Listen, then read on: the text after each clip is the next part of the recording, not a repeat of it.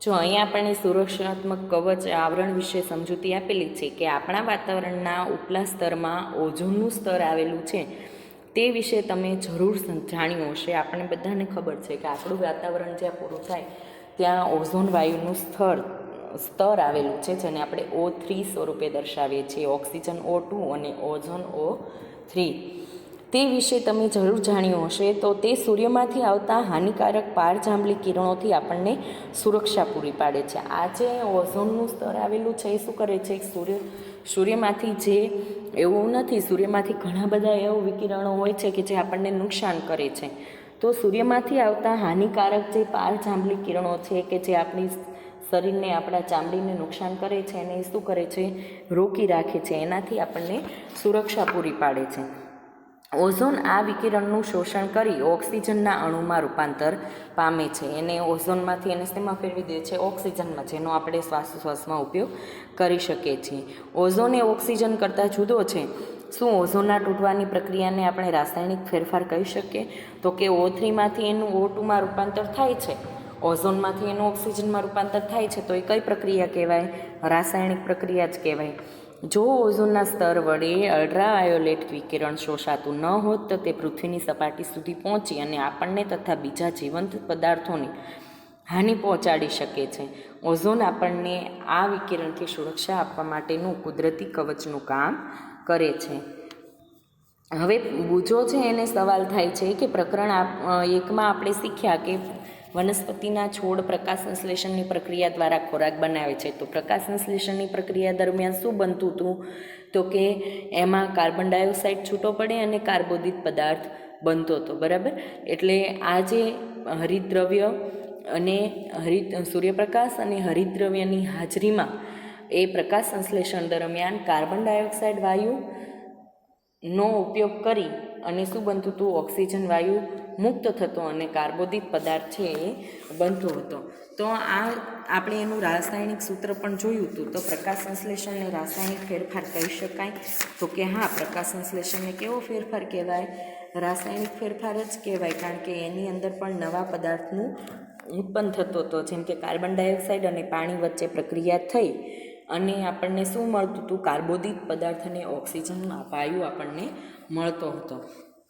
પહેલી કહે છે પાચન પણ એક રાસાયણિક ફેરફાર છે. પાચન થવા માટે પણ આપણા શરીરમાં આપણે શીખી ગયા કે એમાં એસિડ છે એ ઉમેરાય છે અને ત્યારબાદ એનું પાચન થાય છે. પાચન થઈ અને એનું સરળ ઘટકોમાં રૂપાંતર થાય છે, તો એ અલગ ઘટકોમાં એનું રૂપાંતર થાય છે. તો એ પ્રક્રિયા પણ કેવી છે? રાસાયણિક ફેરફાર છે. હવે આપણે લોખંડના કટાવા વિશે આગળ જે ચર્ચા કરી હતી એને આપણે અહીંયા ઊંડાણપૂર્વક જોઈએ. તો ચાલો આપણે કાટ લાગવાની ક્રિયા ફરી એકવાર જોઈએ. આ એક એવો ફેરફાર છે કે જે લોખંડની વસ્તુઓને અસર કરે છે અને તેનો ધીમે ધીમે શું કરે છે? નાશ કરે છે. લોખંડનો ઉપયોગ પુલના નિર્માણમાં, જહાજ, કાર, ટ્રકનું માળખું અને ઘણી બધી વસ્તુઓ બનાવવા માટે થાય છે. તેને કાટ લાગવાને કારણે ઘણું આર્થિક નુકસાન પણ થાય છે. કે સ્વાભાવિક છે કે એને કાટ લાગે એટલે એ વસ્તુનું ધીમે ધીમે ખવાણ થતું જાય છે. એટલે એ વસ્તુ પહેલાં જેટલી મજબૂત રહેતી નથી. એટલે આપણે આ નવી વસ્તુનો રાખવી પડે છે. તો એના માટે ખર્ચ તો લાગે જ છે. બરાબર? તો કાટ લાગવાની પ્રક્રિયાને નીચે મુજબ રજૂ કરી શકાય. કાટ ક્યારે લાગે? કે લોખંડની વસ્તુ હોય એની ઉપર હવામાંથી ઓક્સિજન વાયુ અને ભેજવાળી હવા એટલે શું થયું? હવાની અંદર ઓક્સિજન વાયુ રહેલો છે અને ભેજ એટલે પાણી. બરાબર? તો જો લોખંડ એટલે Fe, ઓક્સિજન એટલે O2 જે હવામાં રહેલો જ હોય છે, અને પાણી જો ભેજ હોય એની ઉપર તો જ તે કાટ લાગે છે. એટલે પાણીનું સૂત્ર H2O. તો એમાંથી આપણને મળે છે લોખંડનો કાટ, જેનું સૂત્ર છે Fe2O3 આયર્ન ઓક્સાઇડ, જેને ઓળખવામાં આવે છે. તો કાટ લાગવા માટે ઓક્સિજન અને પાણી બંનેની હાજરી અનિવાર્ય છે. કાટ ક્યારે લાગે છે? કે જ્યારે કોઈ વસ્તુ, લોખંડની વસ્તુ કોઈ ભીની હોય, સહેજ પણ એના ઉપર ભેજ રહેલો હોય ને એને એમનામ તમે વાતાવરણમાં મૂકી રાખો તો એની ઉપર કાટ લાગી જાય છે. સામાન્ય રીતે ચોમાસા પછી આ વસ્તુ આપણને વધારે જોવા મળે છે. ચોમાસામાં ભેજવાળું વાતાવરણ હોય તો એ લોખંડની સપાટી ઉપર એ ભેજ ચોંટી જાય છે અને હવામાં ઓક્સિજન તો રહેલો જ હોય છે. તો આ બધા વચ્ચે પ્રક્રિયા થઈ અને આપણને કાટ જોવા મળે છે. વાસ્તવમાં જો હવામાં ભેજનું પ્રમાણ વધારે હોય તો તેનો અર્થ થાય છે કે વધુ ભેજમાં કાટ ઝડપથી લાગે છે. તો આપણે કાટ લાગવાની પ્રક્રિયાને કેવી રીતે રોકી શકીએ? લોખંડની વસ્તુઓને ઓક્સિજન તથા પાણી કે બંનેથી આપણે બચાવવી જોઈએ. કાં તો એને ઓક્સિજનથી દૂર કરવી, કાં તો આપણે એને પાણીથી દૂર કરી, અથવા તો બંનેથી દૂર કરી. એક સરળ ઉપાય તેના પર રંગ કે ગ્રીસનું સ્તર ચડાવવાનો છે. તમે જોજો મોટા ભાગે લોખંડની જે વસ્તુઓ એના ઉપર રંગ કરેલો હશે. શું કામ? કારણ કે એની સપાટી સુધી ભેજ અથવા તો ઓક્સિજન છે એ સ્પર્શ કરી શકે નહીં, જેથી એના ઉપર કાટ ન લાગે. અથવા તો ગ્રીસ છે એનું સ્તર ચડાવવાનું હોય છે, જે ચીકણું સ્તર આવી જાય છે, ભેજ નહીં કે ઓક્સિજન નહીં તેના સુધી સ્પર્શ થવા દેતું નથી. વાસ્તવમાં આવું સ્તર તેના પર નિયમિત રીતે લગાડતા રહેવું જોઈએ, જેથી તેમાં કાટ લાગે નહીં. બીજો ઉપાય એ છે કે લોખંડ પર બીજી કોઈ ધાતુ, ક્રોમિયમ કે ઝીંકનો ઢોળ ચડાવવો જોઈએ. લોખંડ પર જસતનો ઢોળ ચડાવવાની એટલે કે ઝીંકનો ઢોળ ચડાવવાની જે ક્રિયા છે એને ગેલ્વેનાઇઝેશન કહેવામાં આવે છે. તમે ઘણી વખત નામ સાંભળ્યું હશે કે ગેલ્વેનાઇઝેશન. તો ગેલ્વેનાઇઝેશન એ શું છે કે લોખંડની જે વસ્તુ છે એના ઉપર ઝીંક અથવા તો ક્રોમિયમ, બીજી ધાતુ કે જે એના કરતાં ખૂબ જ ઓછી સક્રિય છે, કે જે કોઈ ભેજ સાથે કે હવા સાથે પ્રક્રિયા આપતી નથી, એવી ધાતુનો ઢોળ ચડાવવાની ક્રિયાને શું કહેવામાં આવે છે? ગેલ્વેનાઇઝેશન કહેવામાં આવે છે. તો પહેલીને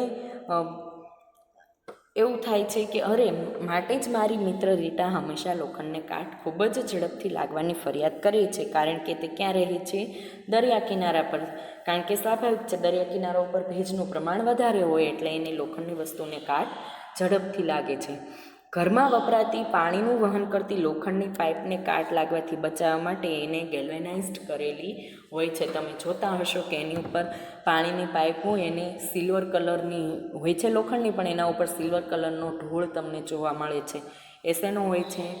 ઝીંક ધાતુનો રહેલો હોય છે, એટલા માટે એના ઉપર કાટ લાગતો નથી અને એને ગેલ્વેનાઇઝ કરેલી હોય છે. હવે તમે જાણો છો કે જહાજ લોખંડનું બનેલું હોય છે અને તેને મોટા ભાગે પાણીમાં ડૂબેલો રહે છે. જહાજની બહારની સપાટી પણ પાણીના ટીપાના સતત સંપર્કમાં રહે છે. વધુમાં સમુદ્રનું પાણી અનેક પ્રકારના ક્ષાર પણ ધરાવે છે અને ક્ષારવાળું પાણી લોખંડની કટાઈ જવાની પ્રક્રિયાને કેવું બનાવે છે? ઝડપી બનાવે છે. આથી જહાજને રંગ કર્યા પછી પણ તેના પર લાગતો કાટ એ ઘણું નુકસાન કરે છે. એટલું જ નહીં, જહાજનો લોખંડનો થોડો ભાગ દર વર્ષે બદલવો આવશ્યક બની જાય, કારણ કે સ્વાભાવિક છે એને 24 કલાક એને પાણીમાં જ રહેવાનું છે અને સમુદ્રમાં કંઈ પાણી સ્થિર તો હોય ને, એમાં છાંટા ઉડતા હોય, એના કારણે એની બધી સપાટી પાણીથી તે ભીની રહેલી હોય છે. અને આ સિવાય છે એને એક તો દરિયામાં ક્ષારવાળું પાણી, એટલે ક્ષારવાળું પાણી હોય એટલે કાટ લાગવાની પ્રક્રિયા ઝડપથી બની જાય છે. તો વિશ્વમાં કાટ લાગવાની પ્રક્રિયાથી થતાં આર્થિક નુકસાન છે એ ખૂબ જ વધી જાય છે, કારણ કે મોટા જે સ્ટીમરોને એની અંદર જે ભાગ હોય અમુક એ સતત બદલતા રહેવા પડે છે, તો એનો પણ ઘણો બધો ખર્ચો લાગતો હોય છે. તો લોખંડમાં છે એ કાર્બન, ક્રોમિયમ, નિકલ અને મેંગેનીઝ ધાતુઓને ભેળવીને સ્ટેનલેસ સ્ટીલ બનાવવામાં આવે છે, જેથી તેને કાટ લાગતો નથી. આપણને એમ થાય કે આપણે ઘરમાં જે વાસણ વાપરીએ છીએ એની અંદર લોખંડનો પણ ભાગ રહેલો હોય છે, પણ એની સાથે સાથે બીજી એવી ધાતુ હોય છે કે જે હવા સાથે, ભેજ સાથે નિષ્ક્રિય છે, કોઈ પ્રક્રિયા આપતી નથી. તો લોખંડમાં કાર્બન, ક્રોમિયમ, નિકલ અને મેંગેનીઝ જેવી ધાતુઓને ભેળવી અને સ્ટેનલેસ સ્ટીલ બનાવવામાં આવે છે, જેને કાટ લાગતો નથી. બરાબર. ત્યારબાદ આપણને અહીંયા પ્રક્રિયા આપેલી છે સ્ફટિકીકરણની. તમે 6ઠા ધોરણમાં શીખ્યા કે સમુદ્રના પાણીનું બાષ્પીભવન થતાં આપણને શું મળે છે? મીઠું મળે છે. તો એ જે મીઠું મળે છે એ કઈ પ્રક્રિયા કહેવાય? રાસાયણિક કે ભૌતિક? અને આપણે ભૌતિક ફેરફાર કહી શકીએ. શું કામ? કારણ કે પાણીની અંદર પહેલેથી મીઠું તો હતું જ, ફક્ત આપણે પાણીને ગરમ કરી એની વરાળ બનાવી તો આપણને મીઠું છે એ અલગ સ્વરૂપે મળી આવે છે. આ રીતે મળતું મીઠું શુદ્ધ હોતું નથી અને આ સ્ફટિકોનો આકાર સ્પષ્ટ રીતે જોઈ શકાતો નથી. હવે જે આ મીઠું હોય છે એ શુદ્ધ હોતું નથી, એને ફરીથી શુદ્ધિકરણ કરવામાં આવે છે અને એનો આકાર પણ, એના કણો પણ કોઈ ચોક્કસ આકારમાં હોતા નથી. તો જોકે કોઈ પદાર્થના શુદ્ધ અને મોટા સ્ફટિકો તેના દ્રાવણમાંથી પ્રાપ્ત કરી શકાય. કોઈ પણ પદાર્થ હોય, જેમ કે આપણે કોપર સલ્ફેટનું દ્રાવણ બનાવ્યું હતું, એમાંથી આપણે પાછું કોપર છે એને બનાવી શકીએ. બરાબર. તો કોઈ પણ પદાર્થ હોય એના પદાર્થના શુદ્ધ અને મોટા સ્ફટિકો તેના દ્રાવણમાંથી આપણે મેળવી શકીએ છીએ, જેને સ્ફટિકીકરણ કહેવામાં આવે છે, જે એક ભૌતિક ફેરફારનું ઉદાહરણ છે. સ્ફટિકીકરણ એટલે શું? કે પાણીમાં જે પદાર્થ પહેલેથી ઓગળેલો જ છે એને આપણે સ્ફટિક સ્વરૂપે, ઘન સ્વરૂપે મેળવવું. જો અહીંયા આપણને એક પ્રવૃત્તિ આપેલી છે કે માત્ર મંદ સલ્ફ્યુરિક એસિડ વાપરવાનું છે અને પાણીને ઉકાળતા કાળજી રાખવાની છે. બીકરમાં 1 કપ પાણી લઈ તેમાં મંદ સલ્ફ્યુરિક એસિડના થોડાક ટીપાં નાખો. પાણીને ગરમ કરો. જ્યારે તે ઉકળવાની શરૂઆત કરે ત્યારે ધીરે ધીરે તેમાં કોપર સલ્ફેટનો પાવડર નાખતા જાઓ અને સાથે સાથે સતત હલાવતા જાઓ. જ્યાં સુધી નવો પાવડર ઓગળી ન શકે ત્યાં સુધી તેમાં પાવડર નાખવાનું ચાલુ રાખો. જ્યાં સુધી પાવડર ઓગળતો રહે ત્યાં સુધી આપણે એની અંદર હંમેશા એને નાખતું રહેવાનું અને ઓગળતો જવાનું. હવે દ્રાવણને ગાળી લેવાનું અને તેને ઠંડા પડવા દેવાનું. જ્યાં સુધી તે ઠંડુ પડે ત્યાં સુધી આપણે એને હલાવવાનું નથી. થોડા સમય પછી તમે દ્રાવણને જોશો તો તમને કોપર સલ્ફેટના સ્ફટિકો પાત્રના તળિયે દેખાય છે. જો આપણને ન દેખાય તો હજુ વધુ એનું શું કરવાનું, હજી વધુ સમય સુધી એની રાહ જોવાની. એટલે આપણને એના સ્ફટિક છે, એના કણો છે, એના તળિયે જોવા મળે છે. જો અહીંયા તમે આકૃતિમાં જોઈ શકો છો કે જે આ દ્રાવણ છે એ તળિયે હતું, એને આપણને અહીંયા ઝૂમ કરીને દ્રાવણ હતું આપણે કસનળીમાં કોપર સલ્ફેટનું, એને આપણે જો અહીંયા એના તળિયે તમને એના સ્ફટિકો છે એ દેખાય છે, ઘન સ્વરૂપે એ રહેલું જોવા મળે છે. તો સ્ફટિકીકરણ છે એ એક ભૌતિક ફેરફાર છે. તો આપણે ભૌતિક તથા રાસાયણિક ફેરફાર વિશે શીખ્યા. હવે તમે તમારી આસપાસ થતા એ ફેરફારોને, ભૌતિક ફેરફાર છે કે રાસાયણિક ફેરફાર, એને તમે સરળતાથી સમજૂતી આપી શકો છો. બરાબર.